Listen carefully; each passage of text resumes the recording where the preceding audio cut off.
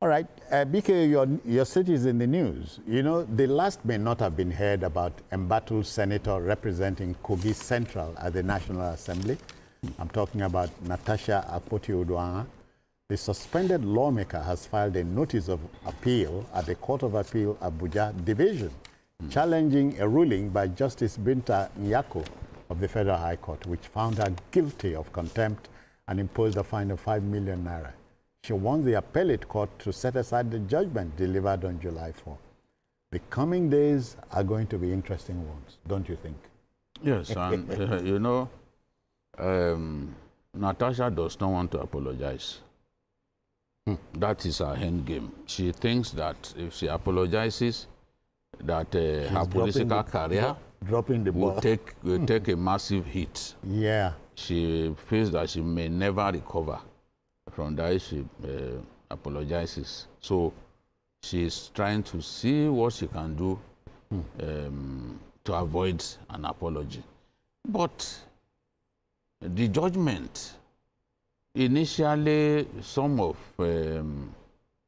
her people close to her and people who have sympathy for her in the media were claiming that she won the case, that the judge ordered that she be recalled.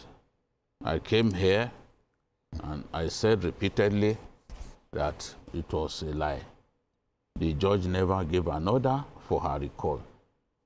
I think until one wayward Nigerian journalist is sent to jail for twisting the judgment of courts, they will never learn a lesson. Until one of them, one of my colleagues, is sent straight to jail, they will never learn a lesson. I remember Justice Simon Amobeda of the Kano, Federal High Court in Kano, warning before handing down a ruling that if any of you twists my judgment, if any of you twist the ruling that I'm going to give today, I'm going to jail you. He had to first warn them. Because this is the season, we found ourselves in this season where people will go to TV stations, even lawyers will go to TV stations and continue to analyze what is completely different to what was said in open court. I've never seen this kind of generation in my life. All the 4 issues were resolved against Natasha in that court. One, that the reallocation of her seat was well within the administrative powers of the Senate President. That's it. Because that was up for determination.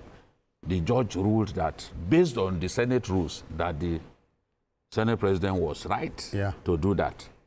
That by the Senate rules, you can only be recognized and permitted to talk from a seat officially assigned to you, because Natasha continued to talk and she claimed that she was not given fair hearing, she was not allowed to talk, this and that, she was muffled.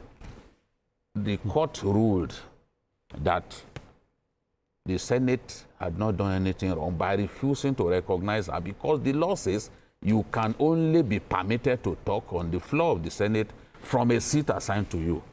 Then on the matter of whether her matter should have been referred to the Senate Committee on Ethics, Privileges, and Petitions, again, the court ruled that it was right for the Senate to refer a matter to that committee. So the court then fined her 5 million naira for the satirical post that she made at a time when the court said nobody should go to social media to say anything that is prejudicial or subjudicial in reference to that case. Now, the judge also said she should do an apology.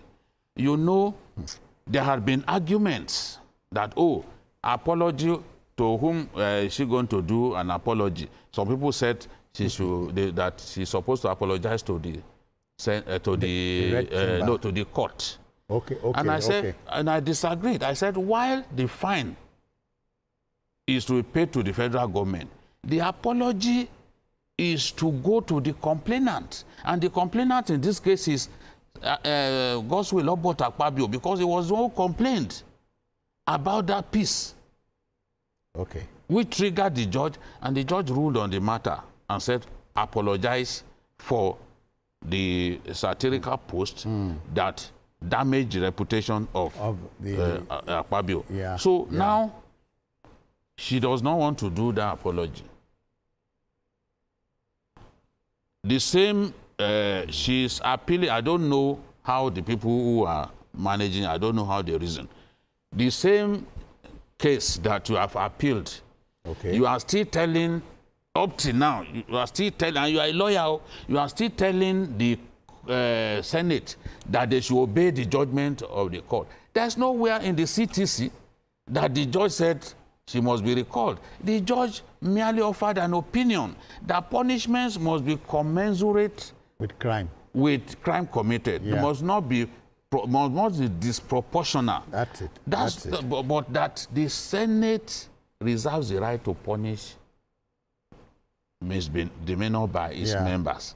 And finally, the Senate said only the Senate, I mean, the court said only the Senate, based on the CTC that came out on Friday, that only the Senate can determine when she resumes, based on her alignment with the rules of the Senate. So you can see that the ball is firmly in the court of the Senate.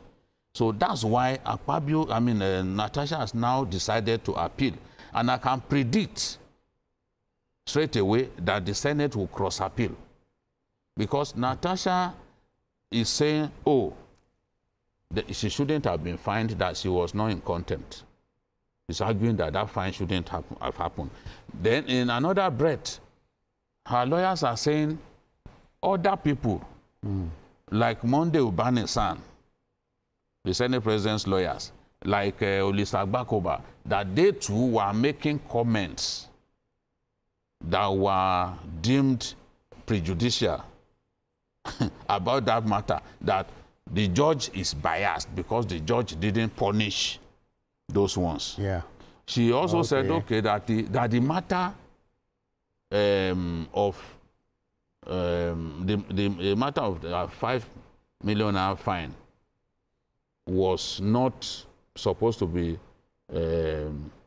even brought before the judge in the first place. That the judge lacked jurisdiction to even have entertained that matter in the first place. So what she wants now is that everything about that judgment, the same judgment that her friends and people who like her so much have been touting as a victory, is the judgment that she has now asked the appeal court to declare null and void and of no effect. Yeah. So it is, when you say we are in interesting times, I cannot believe that time can be even more interesting than this, because they were boasting that she won in court.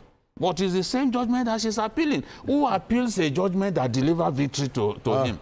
Have you ever seen anybody who got victory in court and has then gone to the appeal court to appeal the same against that victory? It's interesting. Well, you know, Shakespeare in one of his books said, hell hath no fury like what? Yeah. A woman scorned. Well, but what interests me here is what BKO said at the beginning. Some of our colleagues want to be popular at the expense of doing the job correctly. See, that point must be thrashed. I think there are two basic issues here. The April 4 ruling by a court of competent jurisdiction that parties should not begin to comment on this issue in the public. I think that's a clear case of contempt if anybody violates that ruling. So I think on April 27, Senator Natasha posted certain things, you know, on her Facebook, and then the judge said, look, in our ruling, this is contempt of court. That she should do advertisement in 2 national dailies, and then on our Facebook page to apologize. For me, if I happen to have been the senator, I will have just apologized immediately. It doesn't take anything from honestly. Because the argument, what the lawyers will always come up with all sorts of arguments. Now they are saying that, look, there's a case of procedure that from 48 and 49 that the judge didn't follow procedures in ruling on contempt. Then they are also raising the issue of jurisdiction. They also said that the contempt happened outside the court premises, outside the court. I don't understand what that means.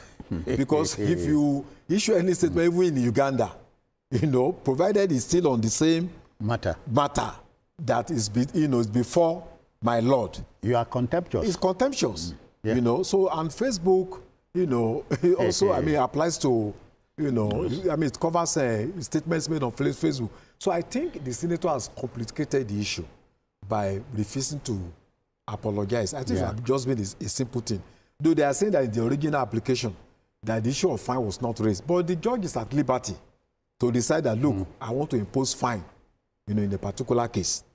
So I hope that the senator and his group understands the law of politics and the politics of law. Yeah. You cannot fight too many battles at the same time. So this case now, if you take it to the Court of Appeal, you know, it's going to take a very long time. And I am not sure that in this case of contempt, that the Court of Appeal will rule in her favor. Because it's a glaring case, you know. So I think she needs to minimize the battles that she needs to fight so that she can go back to that Senate and then resume her duties. And by the same token, it is a tragedy to win many battles and lose the war. Yeah, and of course, win many battles and then lose the peace. It's not always the best. So she needs to understand that there's a political aspect, there's a legal aspect, and you need to tackle. There's a moral aspect, and so the angle of diplomacy, you know, that you have to apply, especially when you are dealing with your colleagues. Yes. You know, so she needs a lot of wisdom. You know, on that day, on the day that incident happened, many of the senators tried to intervene to talk to her. They even apologized to the Senate president on her behalf. You know, but some of the steps that she then took afterwards, like going to the IPU, like going to grant that interview on a TV station where she said she had cast iron evidence that she has refused to provide. We have told her, bring this evidence. She has refused to show any evidence, you know. So I think that this is a matter of ego. Ego is the central issue here. The Senate president is not prepared to lose face on this matter. Natasha is not prepared to lose face. In fact, she believes that if she apologizes, because it's been suggested to her, I'm aware it's been suggested to her that, look, why don't you just say sorry? This Senate president was in this kind of situation when Bukola Saraki was presiding over the Senate. His seat was reallocated, and he got angry and made some noise.